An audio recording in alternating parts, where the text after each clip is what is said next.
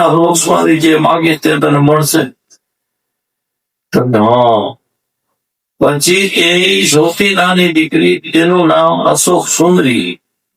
હવે જેવી રીતે સતી પાર્વતીને જે વસ્તુ મળી અશોકવલ્લભના ઝાડમાંથી, અશોક સુંદરી, તેની જે ઈચ્છા થઈ પૂરી, તો તેઓ જ તેમને આશીર્વાદ આપ્યો કે આજથી મારી આ દીકરીને જે પૂજશે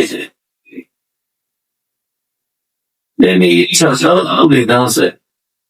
માટે જયારે જળાશયની વચ્ચેનો ભાગ જે છે, આપણે પાણી રેડીએ શીશીને, તો જે તેમનો વચવાનો જે આ ભાગ છે ત્યાંથી જે જળ વહે છે, તો જે જળ જે વહે છે એ વચ્ચેના ભાગમાં અશોક સુંદરીનો વાસ છે.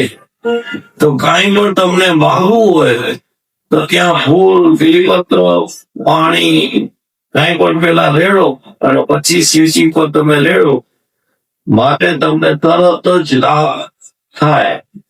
અશોક સુંદરી તેમની ચાવી દીકરી, અને તેના પર જયારે લગ્ન થયા ત્યારે શિવજી પોતે રોયા.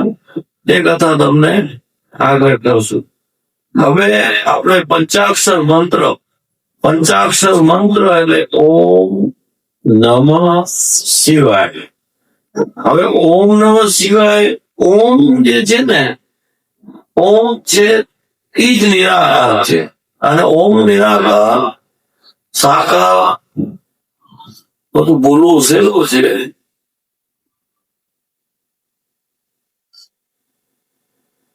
પણ જયારે ઓમ નું ધ્યાન કરીએ ને, જયારે ઓમ એકાંતમાં બોલીએ કે